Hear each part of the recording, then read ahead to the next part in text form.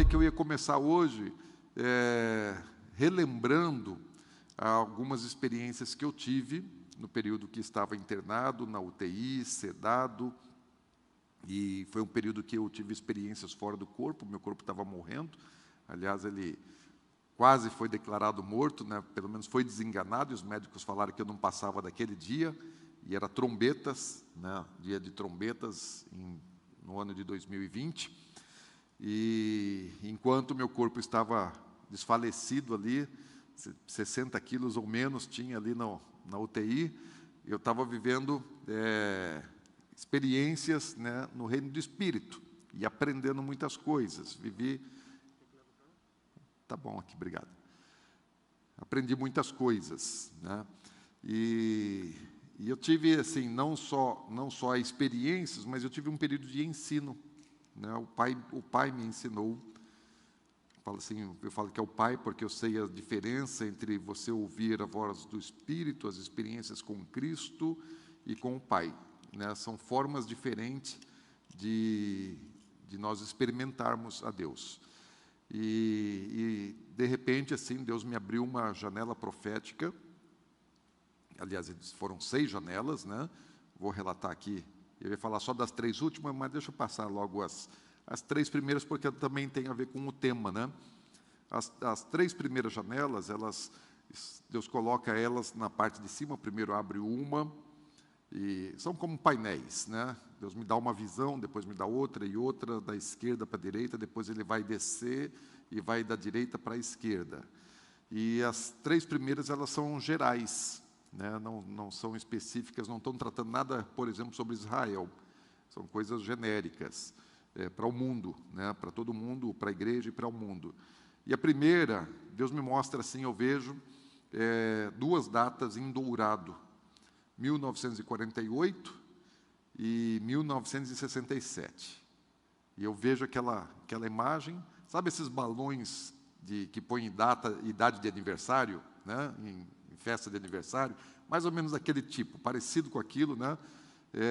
As datas em dourado com números bem grandes, 1948 e 1967. E aí Deus me pergunta, o Pai, não foi o Espírito Santo, foi o Pai. Ele me pergunta assim, porque eu sei a presença de Deus, eu conheço a voz do Pai, é diferente, e Ele me pergunta, o que você vê? E eu olho para aquelas datas, eu sei o que eu estou vendo, e eu sei o significado delas para mim, porque sempre, quando eu ensinei a respeito da parábola da figueira, eu ensinei que a última geração que Jesus menciona ali em Mateus 24, que veria todas as últimas coisas, ela tem que ter uma data de começo, né? É uma última geração, ou seja, ela começa e ela termina, né? Toda geração tem o seu tempo de início e tem o seu tempo de fim.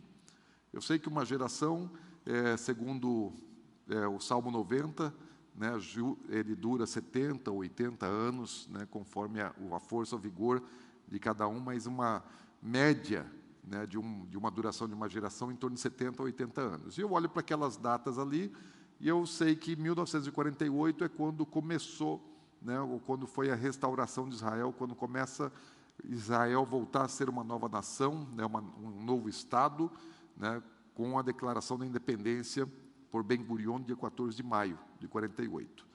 E como Jesus está falando sobre o rebrotar, o renovo da figueira, falei, bom, pode ser isso, né? O início da última geração em 48, mas em 48 eles ainda não tinham Jerusalém. E Israel sem Jerusalém está incompleto. E só em 67 que Israel toma Jerusalém. Então eu sempre trabalhei com a possibilidade de a última geração começar com a retomada de Jerusalém e não só com a restauração de Israel, porque assim é quando ele dá os seus ramos, né? A figueira também dá os seus ramos, ela se renova e dá os seus ramos, né? Ela aumenta o seu tamanho. E na guerra de 67, Israel aumentou o seu tamanho e conquistou Jerusalém. Então, para mim, essas datas elas tinham esse significado, né? Em uma das duas era o início da última geração. Aí Deus pega e fala assim, de novo, a voz de Deus fala exatamente assim, leia a minha palavra novamente. E aí eu olho para baixo, e está uma Bíblia aberta, em Mateus 24, exatamente na passagem da parábola da figueira, e eu olho para o texto, eu não leio, eu sei o que está ali escrito, não sei de cor, mas eu sei o contexto do que está escrito ali em Mateus 24, e eu faço um silêncio esperando que Deus fale novamente, né, porque eu estou entendendo o que são aquelas datas e associando aqui com o texto. Daí ele faz a terceira pergunta: aonde você encaixa essas datas na minha palavra? Aí, gente, aí ficou complicado, porque as datas, os números estão lá em cima, a palavra está aqui, ele fala, encaixa isso agora dentro da minha palavra. E eu tentei, olhei assim, né, me atrapalhei todo, me embananei todo, e eu falei, Senhor, não consigo. E aí a quarta frase de Deus foi, eu não disse isso, você interpretou. Deus estava me ensinando assim, eu estava ensinando, eu acreditava numa informação, né, escatológica, numa interpretação escatológica, e eu ensinava assim. E Deus disse assim, eu não disse, isso é interpretação tua, você interpretou assim, mas eu não falei.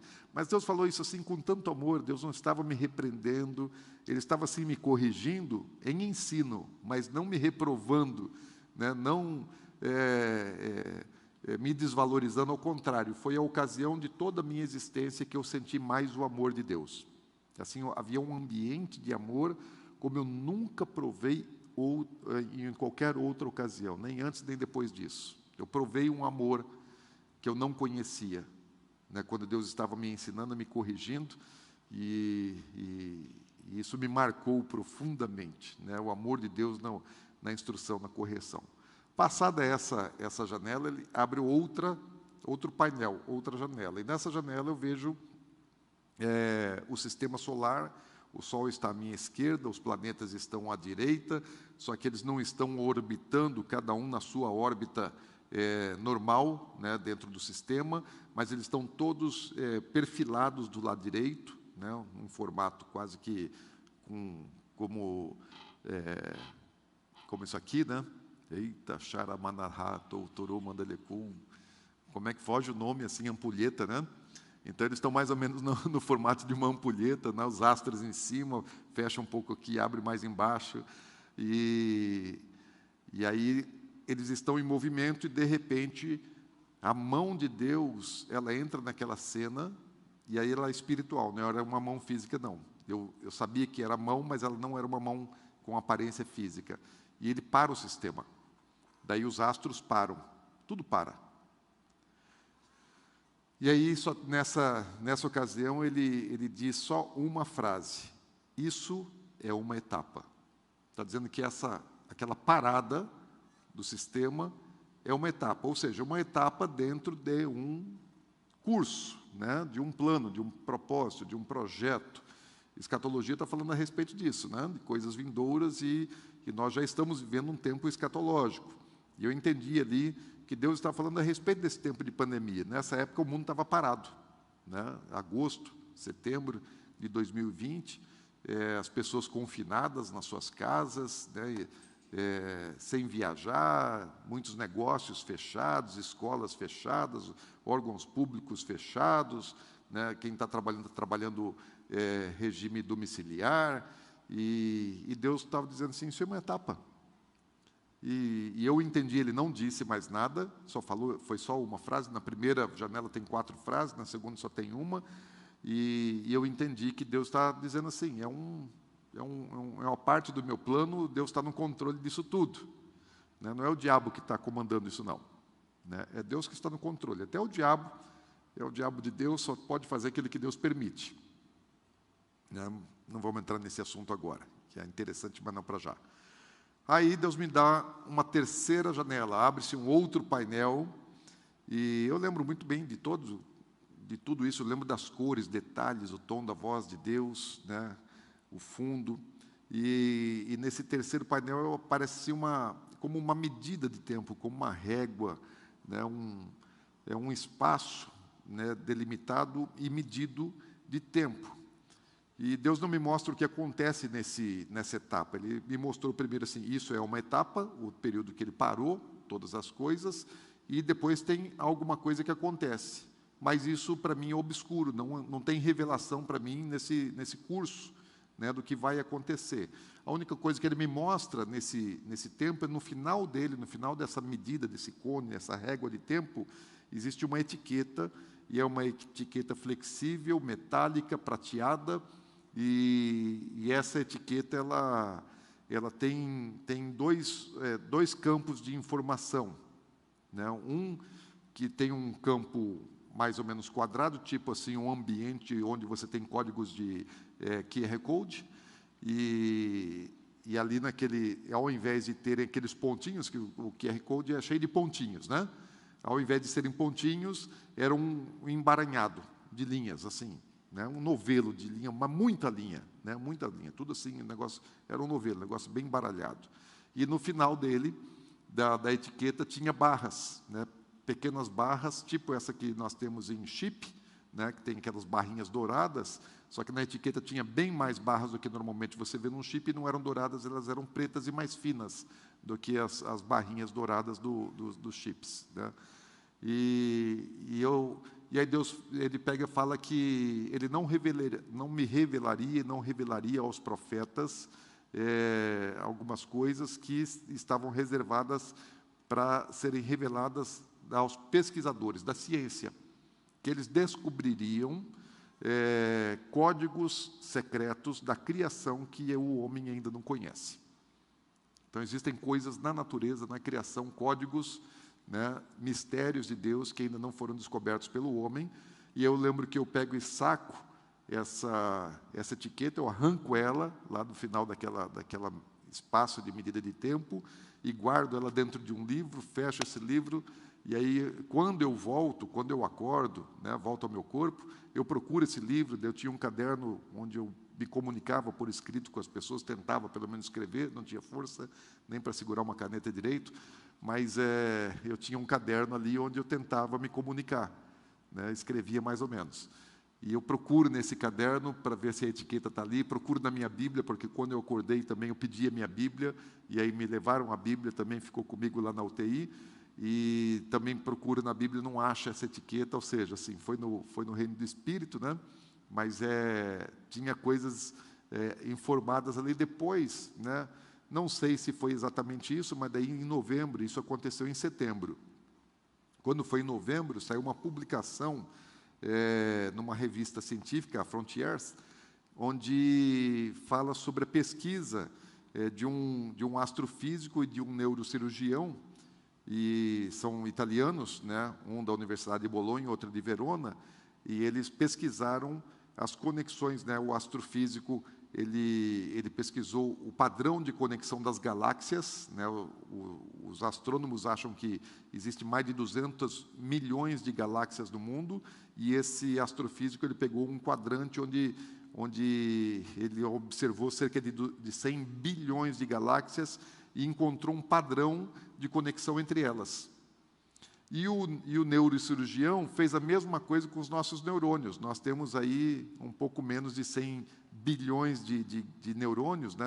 Eles dizem 86 bilhões de neurônios, e eles compararam os padrões, né? E os padrões de conexão das galáxias e daquelas 100 milhões de galáxias que ele pesquisou, e aproximadamente, e os 86 bilhões de neurônios, se é que ele padronizou para todos, encontraram o mesmo padrão de conexão.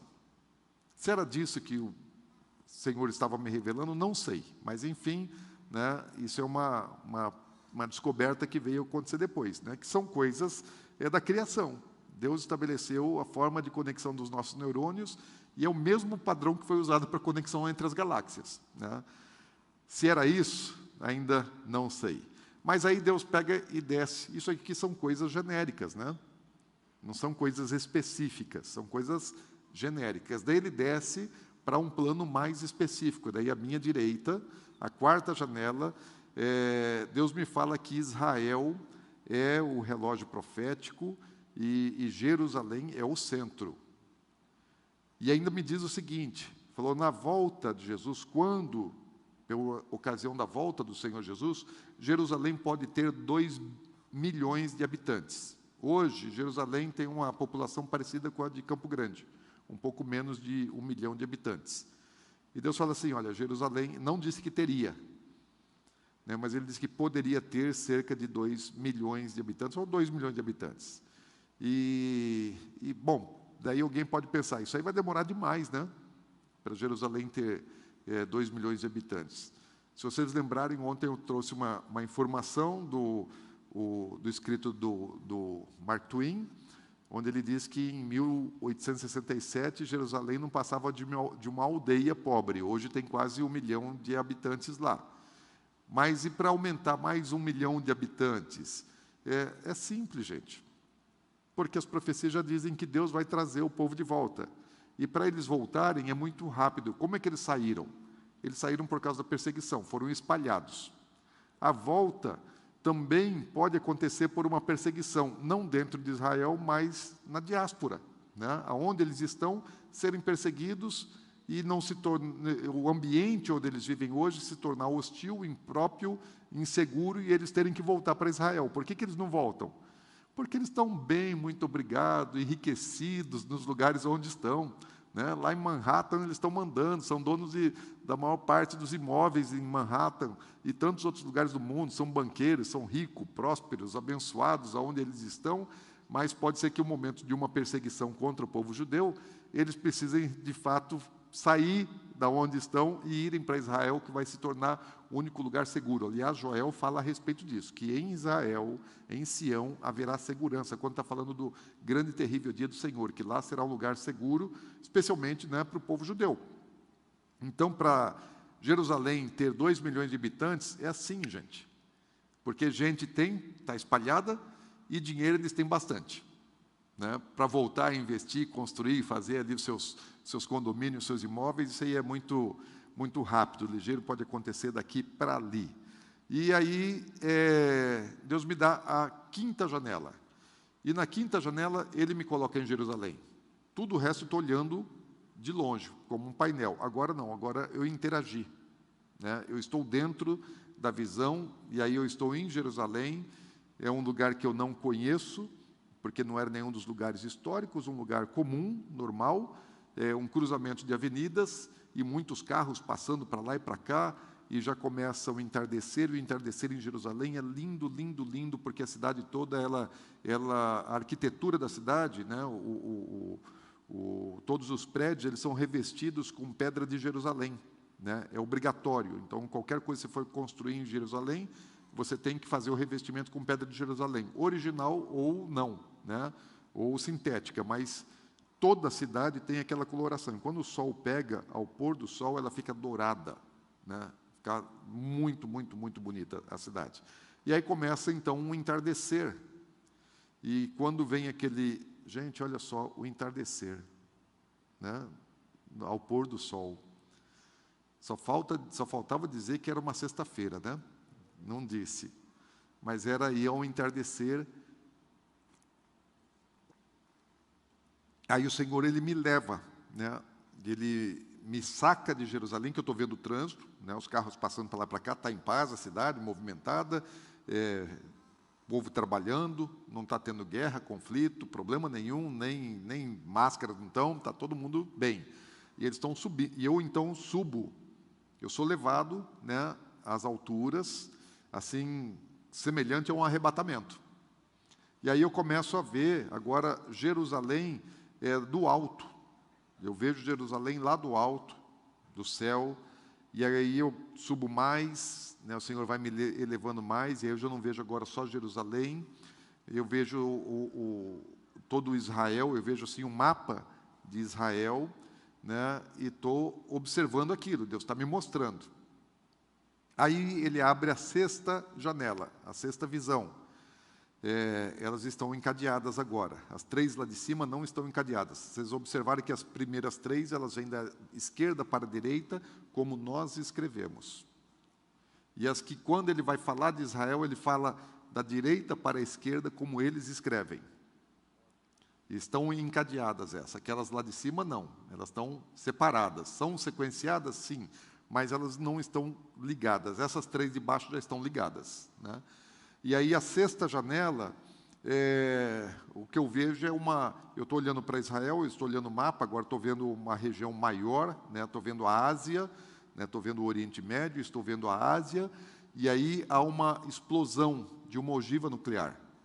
E essa explosão, ela vem da Ásia. Eu não tenho certeza absoluta, né, do local. Me parece que China, mas ali também poderia ser Índia, né, porque o limite territorial, para mim, não era definido, não era claro. Eu não via o mapa como a gente vê o mapa, assim, com os limites, né, das nações. E como eu não sou assim tão expert na geografia da região ali, limites entre Índia e China, enfim, ali daquela região, né, eu sei o formato da China, sei o formato da Índia, mas mais ou menos daquele lugar assim tem uma detonação de uma ogiva nuclear. Não sei se no local ou a partir daquele lugar. E quando aquela ogiva ela detona, eu falo assim, vai destruir tudo. Eu não estou em perigo, né? Aliás, espera aí, eu pulei uma parte. Desculpa, eu pulei uma parte aqui. Ainda na quinta janela, deixa eu voltar lá. Quando eu estou olhando lá de cima, Israel, o Senhor me fala assim, olha, vou te mostrar o último evento que antecede a volta de Jesus. Aí eu vejo colunas de tanques de guerra, das forças de defesa de Israel, só que Deus me mostra como se fosse Lego, né? Peças de Lego, e aquelas peças de Lego, elas representavam colunas de tanque, não um tanque, mas muitos tanques, né? Tropas de tanques. E os tanques eles estão voltando de ré, né? Ou seja, eles estão retornando, lógico que o tanque não vai voltar de ré, mas eles estão retornando, ali era simbólico para eu entender, eles estão retornando para proteger Jerusalém, estão voltando para cercar Jerusalém. Por quê? Porque as fronteiras caíram. E eu vejo aquelas peças de Lego voltando e o barulho dos tanques. O pastor Marcos é melhor de efeitos especiais, né? E eu ouço aquele som e estou vendo, né? E os tanques estão voltando para cercar Jerusalém, e Deus me mostra os tanques voltando da região sul. Qual é a importância dessa informação? O perigo de Israel está na região norte. O ataque, né, o último ataque contra Israel vem do norte, né? Várias vezes as profecias falam que o ataque vem do norte. Então, do norte nós já sabemos que haverá, né, ataque. E Deus me mostra os tanques voltando do sul, para que eu entendesse que se no sul, onde Israel tem acordo de paz com os seus vizinhos, que é Egito e Jordânia, que são os dois países limítrofes, né, do sul de Israel, né, para um lado o Egito, para o outro lado a Jordânia, e existe paz nessa fronteira. Agora, nesse momento, não está havendo paz, e a fronteira está caindo. Ou seja, se no sul está caindo, no norte já foi. E os tanques estão voltando para proteger o quê? Jerusalém, a cidade santa. Por quê? Porque o objetivo do invasor é tomar Jerusalém, é chegar até Jerusalém, capital de Israel. Ok, daí na sexta janela, então, eu vejo, né, primeiro estou vendo os tanques voltando, agora está em guerra, mas eu estou fora do perigo, fora do conflito, estou lá em cima, no céu, e agora lá eu vejo essa detonação, essa explosão da ogiva. E quando ela explode, eu falo assim, vai destruir tudo. Tipo assim, falando para Deus, para Jesus, né? Senhor, vai acabar com tudo. Porque qual a potência de uma ogiva nuclear hoje? Ela é milhares de vezes mais potente do que as de ogiva de Nagasaki, né? Do que aquilo que foi detonado durante a Segunda Guerra. Então, o que vai acontecer futuramente, eu ainda não sei, mas eu tive a visão, isso eu mostrando assim, o último evento, o último sinal. E quando ele detona aquela ogiva e sobe uma fumaça branca, né, quando começa a formar uma nuvem branca, aí, quando eu digo assim, vai destruir tudo, aí eu vejo uma luz, e ela vem fazendo o sentido inverso de uma explosão nuclear. Uma explosão nuclear é aquele cogumelo, né, atômico que faz assim, né? Ele tem uma explosão aqui e forma aquele cogumelo, né, nuclear. E aí eu vejo uma luz fazendo o sentido inverso. Ela vem do céu e vem E é uma luz, mas tão forte, tão forte, tão forte, tão forte, tão gloriosa. E ali eu não vi o Senhor, mas ali era a volta de Jesus, voltando em glória. Exatamente no momento da explosão daquela ogiva, né, o Senhor, ele volta em glória, e quando ele volta, a glória dele dissipa, né, o efeito daquela ogiva. Isso tem tudo a ver, né, essas visões que eu tive, essas revelações, elas se encaixam perfeitamente na Bíblia, gente. Cada uma delas. E eu lembro dos detalhes, né, de cada uma delas perfeitamente, e todos eles se encaixam na Bíblia. Agora, vou tratar um pouquinho mais desse ponto aqui, né, só para a gente entender o que vai acontecer. O meu negócio aqui não está funcionando, gente. Jean, me socorre aí. Me ajuda aí, porque não está passando aqui a imagem. Talvez seja a bateria. Então, o que é que está por vir, gente? Vamos pensar. Deixa eu ver. Tenta trocar essa pilha aqui para mim, quem sabe, né, resolve. Obrigado. Enquanto isso, fica aí, me ajudando aí a passar. Pode pôr o próximo slide. Quando Jesus voltar, né, o mundo vai estar em guerra. Esse é o ambiente, esse é o cenário da chegada de Jesus na Terra. Ele está, né, o mundo está em guerra. E em Zacarias, capítulo 14, ele está falando exatamente sobre a volta de Jesus. Capítulo 14 de Zacarias é um capítulo que fala sobre a chegada do Messias, onde ele fala que Jesus vai pisar no Monte das Oliveiras, vai se fender, enfim. E ele está dizendo assim, olha, porque eu ajuntarei, aqui é Deus, eu ajuntarei todas as nações para a peleja contra Jerusalém. Lembra que os tanques estavam voltando para proteger a cidade de Jerusalém. E a cidade será tomada, e as casas serão saqueadas, e as mulheres forçadas, metade da cidade sairá para o cativeiro, mas o restante do povo não será expulso da cidade. Então, não sei exatamente o que vai acontecer nesse período, mas o problema já está instalado, né? Então, ou seja, já está acontecendo o problema. As nações se reuniram para a peleja contra Jerusalém. Então, sairá o Senhor e pelejará contra essas nações, como pelejou no dia da batalha. O que é isso? Isso é a volta de Jesus, né? O então sairá o Senhor, então o Senhor vai chegar, né, e ele vai pelejar nessa batalha. Passa o próximo para a gente. Isso vai acontecer quando? Isso vai acontecer no final da grande tribulação, né? Existe o período, a gente vai falar um pouquinho sobre isso hoje. Então, no final da grande tribulação, o que acontece? Lá em Apocalipse 16, ele está falando a respeito dos... Não, não é. Não é, não. Não, não funcionou, não. Não era pilha, não. É? Hoje está mais distante aqui, não está funcionando, não. Bom, o que acontece no final da grande tribulação? Lembra que tem aí os selos, as trombetas e as taças, né? Os últimos juízos de Deus acontecem com as taças.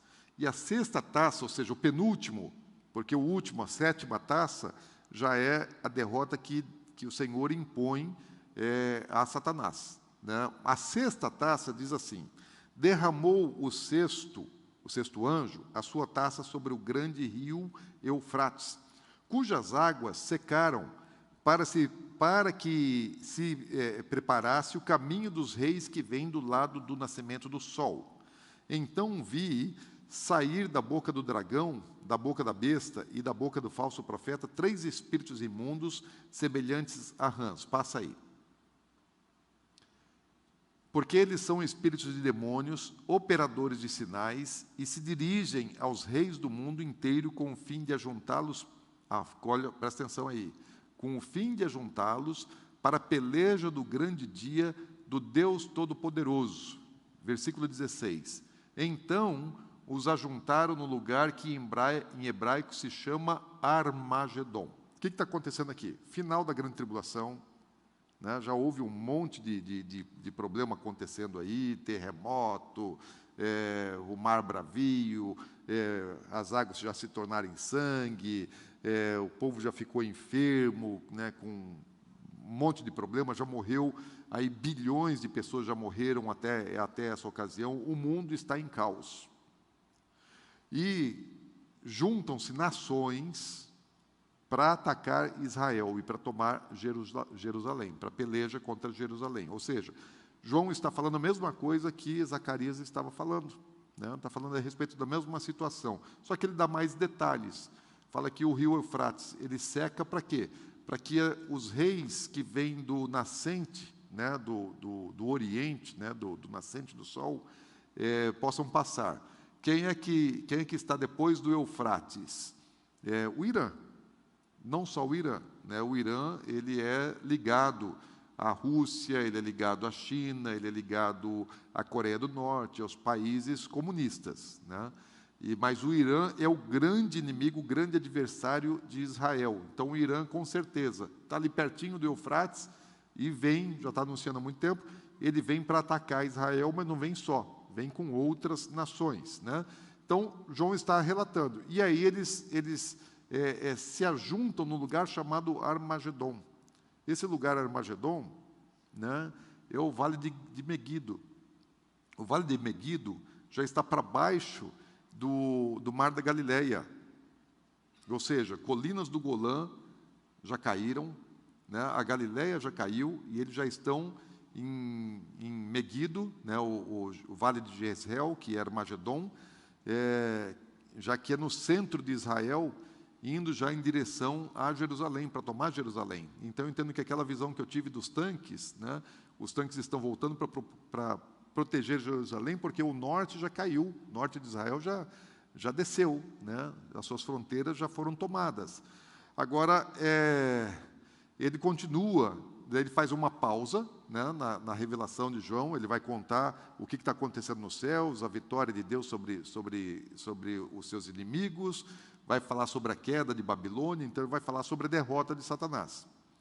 E ele vai voltar para o mesmo assunto só lá em Apocalipse capítulo 19.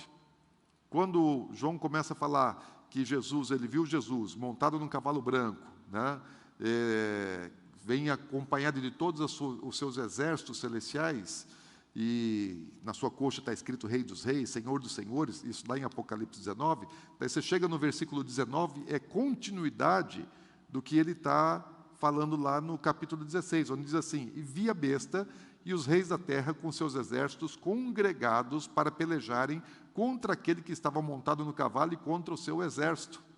Jesus está voltando com o seu exército, e os exércitos de Satanás estão ali na terra. Ok, gente? Entenderam o contexto?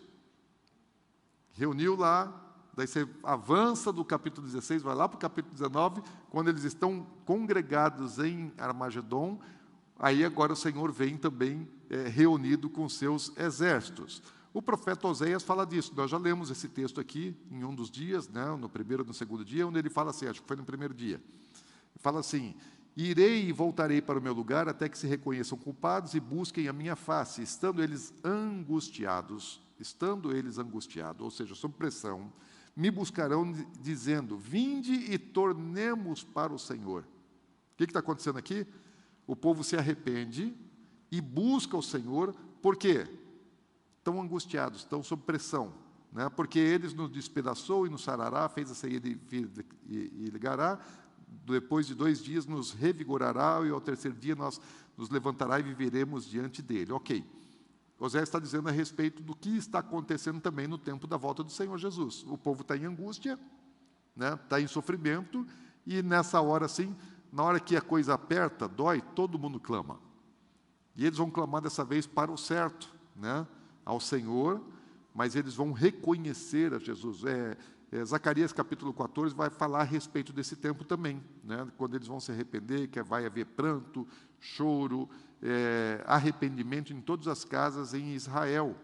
E também Jesus está falando a respeito desse tempo, né? Quando que Jesus falou desse tempo? Lá no final de Mateus 23, quando a gente já disse que Jesus fala assim: olha, que vocês não me verão até que venhais a dizer, bendito é o que vem em nome do Senhor, Baruch, Rabab, Shem Adonai. Quando vocês pedirem, quando vocês clamarem, ou seja, vai haver um momento que Israel vai clamar, desesperado, porque assim, não tem mais o que fazer. Agora, ou o Senhor nos salva, ou nós seremos completamente destruídos. E nessa hora eles vão prantear, e aí é que o Senhor volta para poder salvá-los, né? E aí, continuando lá naquela passagem de Apocalipse 19, na volta de Jesus, relatada ali, e fala assim, olha, os restantes, ele aprisionou Satanás, né, aprisionou ali a besta, o falso profeta, lançou no lago de fogo, e ele fala, os restantes, Jesus vem e pega os cabeças, e as pessoas, né, os restantes foram mortos com a espada que saía da boca daquele que estava montado no cavalo, e todas as aves se fartaram das suas carnes. Essa parte das aves se fartando das carnes, ela está profetizada umas 3 ou 4 vezes, pelo menos, na Bíblia, né? E Zacarias, no capítulo 14, diz assim, esta é a praga com que o Senhor ferirá a todos os povos que guerrearem contra Jerusalém. A sua carne se apodrecerá, e estando eles de pé, apodrecer-lhes-ão os olhos na sua órbita, e lhes apodrecerá a língua na boca. Essa é a arma, né, ou essa é a praga que vai eliminar os exércitos inimigos. Isso parece muito com alguma coisa, um efeito de uma explosão, né, de uma guerra nuclear, né, que eles vão derreter, né, os soldados inimigos de Deus, aqui eles vão derreter, vão apodrecer, estando eles ainda em pé. A língua vai apodrecer na boca, os olhos dentro da órbita, a carne deles vai derreter, ou seja, vai ser um poder, né, sobrenatural. Só que não necessariamente tem que ser causado por armas produzidas pelo homem, porque o Senhor é fogo consumidor. Ele é fogo consumidor. Está na Bíblia. Então, a chegada dele vai consumir os seus inimigos, vai consumir os seus adversários. Agora, o que é que vai acontecer antes disso na Terra? E esses são eventos que vão acontecer na volta de Jesus, né? Aquilo que eu vi está conectado com isso que está na palavra. Agora, o que é que vai acontecer antes? Existem pelo menos 3 eventos proféticos chaves. Não só isso, existem vários outros.